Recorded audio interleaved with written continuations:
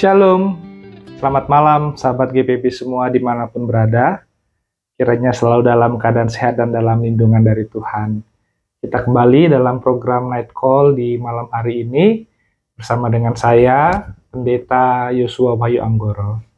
Mari sebelum kita masuk dalam istirahat malam kita, di penghujung pekan ini, kita bersama-sama akan membaca dan merenungkan firman Tuhan. Sebelumnya, marilah berdoa. Kami mensyukuri segala kebaikan Tuhan yang menyertai kehidupan kami. Bukan hanya sepanjang hari ini, tapi bahkan juga sepanjang pekan ini. Dari hari pertama sampai hari ke-7 ini, kami telah melaksanakan segala aktivitas kami. Dan saat ini, kami ingin menutup malam kami hari ini dengan kami membaca dan merenungkan firman Tuhan. Biarlah firman-Mu ini sungguh-sungguh tertanam dengan baik di dalam diri kami, dan melalui pertolongan Roh Kudus, diri kami, biarlah Engkau jadikan tanah yang subur, tanah yang gembur, sehingga benih-benih firman yang ditanamkan bagi kami sungguh-sungguh bisa tertanam dengan kuat, bertumbuh dengan baik, dan nantinya berbuah dengan lebat. Bersabdalah ya Bapa, kami siap untuk mendengarkan firman-Mu. Dalam nama Tuhan Yesus kami berdoa. Amin. Bacaan firman Tuhan untuk kita renungkan bersama terambil dari Amsal pasal 24 ayat 13 sampai 18 yang berkata demikian. Anakku, makanlah madu sebab itu baik, dan tetesan madu itu manis bagi langit-langit mulutmu.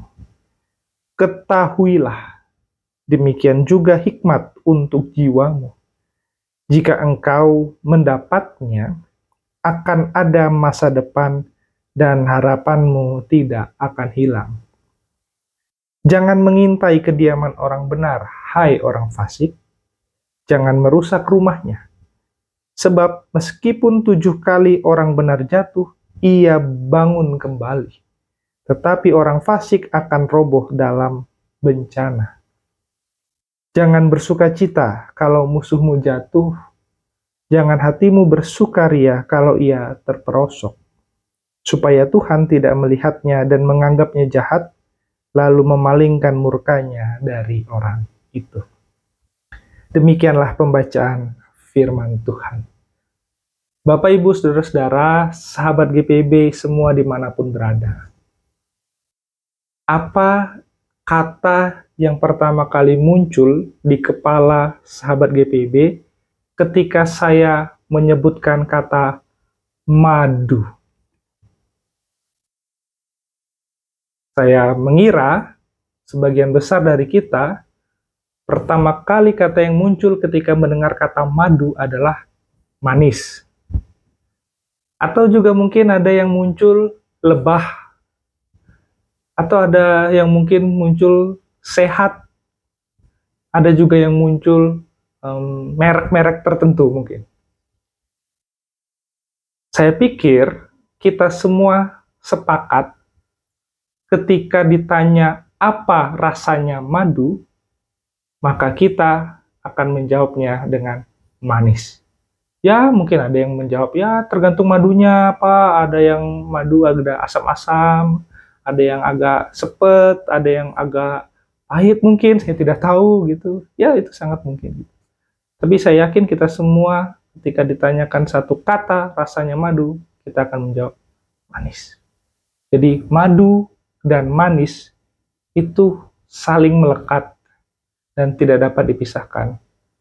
Kalau orang pengen makan pahit, sangat mungkin ada orang yang lagi pengen makan pahit, tapi kepada makanannya dicampurkan madu, maka orang itu tidak akan bisa merasakan pahit, karena madu akan membuatnya menjadi manis. Nah, bacaan firman Tuhan hari ini membandingkan, memetaforakan gambaran madu yang manis dengan hikmat. Hikmat dan kebaikan itu sama dengan madu dan manis. Keduanya tidak dapat dipisahkan. Jadi, kalau orang punya pengetahuan dan wawasan, nah pengetahuan dan wawasan itu bisa digunakan untuk berbuat kejahatan. Ya, ada orang banyak yang pinter, tapi saking pinternya, kepintarannya dipakai untuk berbuat jahat. Ada orang yang mungkin misalnya tahu banyak aturan-aturan hukum-hukum, tapi saking tahunya, dia juga tahu celah-celahnya di mana. Nah, dia bisa berbuat jahat dengan memanfaatkan celah-celah aturan-aturan dan hukum itu. Itu yang membedakan wawasan pengetahuan dengan hikmat. Hikmat tidak bisa digunakan untuk melakukan kejahatan. Karena hikmat itu, yang dalam bahasa Ibrani hokmah, hikmat itu berasal dari Tuhan.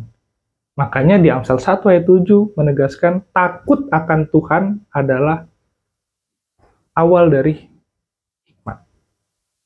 Jadi hikmat itu hanya bisa digunakan untuk kebaikan. Karena itu, bacaan kita, terutama di sepanjang kitab Amsal, berulang-ulang mengingatkan untuk orang itu jangan hanya mencari wawasan dan pengetahuan, tapi juga carilah hikmat. Dan untuk mendapatkannya, orang perlu mencari kepada Tuhan. Dari bacaan firman Tuhan yang kita baca, setidaknya ada 2 contoh situasi yang menunjukkan bagaimana hikmat itu bekerja, dan bagaimana situasi kalau hikmat itu tidak ada. Yang pertama digambarkan ketika ada situasi orang fasik dan orang benar. Ya. Orang fasik, gambaran orang yang hidup dalam kejahatan, yang kita bisa asumsikan dia hidup tidak mengandalkan hikmat. Orang yang hidup tanpa hikmat, dia akan berusaha mencari-cari kesalahan orang lain, dan dia akan berusaha untuk melihat orang lain itu, terutama yang dia tidak suka, merasakan kesusahan dan kejatuhan.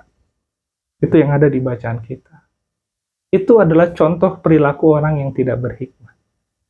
Semua orang bisa berbuat salah, semua orang bisa punya kekurangan-kekurangan, semua orang bisa berada dalam situasi dia tidak suka, tidak nyaman dengan orang lain. Tapi, kalau kita menjalani situasi dan perasaan itu tanpa rasa, tanpa memiliki hikmat yang dianugerahkan Tuhan, maka kita akan jatuh seperti orang fasik. Ketika kita berusaha mencari-cari kesalahan orang, makanya bahasa di sini mengintai rumahnya, mengintai begitu. Ya. Itu anehnya kebencian ya. Kadang orang saking bencinya sama orang lain, tanpa sadar dia justru selalu ngeliatin orang itu, gerak-geriknya, apa yang dilakukan gitu, dan kita meresponinya dengan segala kebencian. Tidak ada hikmat di situasi yang seperti itu. Dan jangan pernah mengharapkan kejatuhan orang lain. Karena secara manusiawi kita ya, mungkin ketika ada orang lain yang kita tidak suka, apakah karena orang itu yang mungkin jahat sama kita, kita yang jadi korban. Kita nggak suka sekali sama orang itu karena orang itu kita anggap dia jahat, dia berbuat jahat. Dan karena kita anggap dia jahat, kita berharap dia jatuh gitu.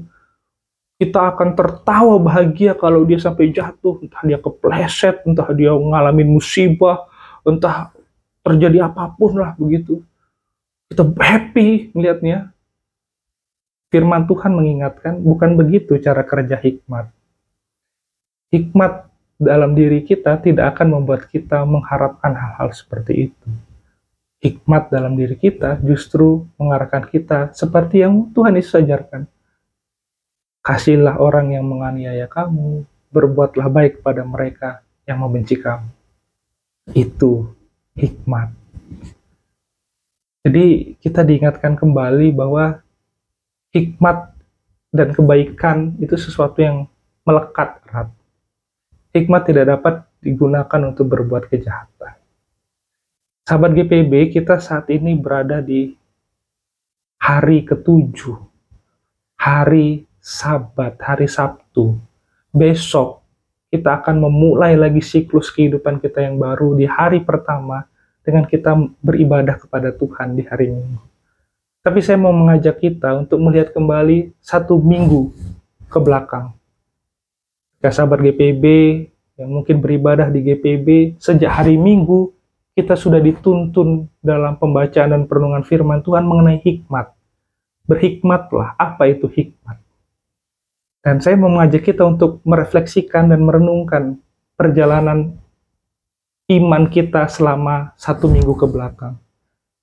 Sudah seberapa jauh kita sungguh-sungguh menghidupi hikmat dalam hidup kita? Sudah seberapa jauh kita mengharapkan hikmat untuk memenuhi seluruh kehidupan kita kepada Tuhan? Sudah seberapa sering kita bertindak sesuai dengan hikmat yang Tuhan kehendaki bagi kita? Atau jangan-jangan selama 1 minggu ini kita masih sering larut dalam kepintaran-kepintaran, pemikiran dan wawasan-wawasan kita sendiri yang membuat kita sadar atau tidak melupakan hikmat Tuhan. Jadi sebelum kita menutup hari ini dan esok pagi kita memulai siklus yang baru, mari kita menutupnya dengan sungguh-sungguh memohon pada Tuhan agar kita semua dipenuhi dengan hikmat-Nya. Dan jangan pernah lupa, untuk kita bisa memperoleh hikmat Tuhan itu, kita perlu punya takut akan Tuhan. Tuhan mengasihi dan memberkati kita sekalian. Semoga kita dipenuhi dengan hikmat-Nya. Amin. Mari kita berdoa. Tuhan, terima kasih untuk firman-Mu yang boleh kami dengar. Bahkan bukan hanya firman Tuhan yang kami dengar di malam hari ini, tapi firman Tuhan yang kami dengar sepanjang minggu ini, yang mengingatkan kami akan hikmat Tuhan, yang meminta kami untuk bisa berhikmat sesuai dengan hikmat Tuhan. Tuhan, kami sadar kami ini makhluk yang begitu fana dan lemah. Kami ini terdiri dari daging, dan kedagingan kami terkadang begitu menguasai hidup kami. Dosa mengintip di depan pintu, sangat mungkin kami kalah untuk jatuh kepadanya. Tapi Tuhan, ajar kami mau untuk belajar tunduk dan takut kepada Tuhan, takut akan Tuhan, menghormati Tuhan, dan mau belajar untuk memohon dipenuhi dengan hikmat Tuhan. Hikmat-Mu seringkali berbeda dengan ajaran dunia. Hikmat-Mu seringkali berbeda dengan kedagingan-kedagingan kami. Tapi biarlah kami dalam pertolongan Tuhan bisa dipenuhi dengan hikmat itu, dan itu yang kami pegang di sepanjang kehidupan kami. Berkati kami semua, berkati sahabat GPB semua dimanapun berada. Kami hendak beristirahat malam hari ini Tuhan. Dan kami mau punya hati untuk besok merangkahkan kaki kami ke rumah Tuhan, untuk kami memulai kembali siklus kehidupan yang baru, hari pertama, hari ke-8, untuk kami memulai kembali perjalanan iman kami, juga bersama dengan Tuhan. Maka biarlah kami istirahat dengan nyaman dan tenang, dan esok pagi kami dibangunkan dengan penuh damai sejahtera Tuhan. Untuk setiap pergumulan-pergumulan yang masih kami bawa sampai hari ini, untuk setiap persoalan-persoalan hidup yang masih kami bawa, yang sahabat GPB masih rasakan, kami serahkan semuanya ke dalam tangan Tuhan, Tuhan yang menjawab, menolong, dan menyelesaikannya dalam waktu dan cara Tuhan. Ini doa kami ya Bapa, kami serahkan seluruh kehidupan kami hanya ke dalam tangan pengasihan Tuhan. Dalam nama Tuhan Yesus kami berdoa dan memohon. Amin. Demikianlah Night Call untuk malam hari ini. Dimanapun sahabat GPB berada, kiranya tetap selalu dalam perlindungan Tuhan. Tuhan mengasihi dan memberkati kita sekalian.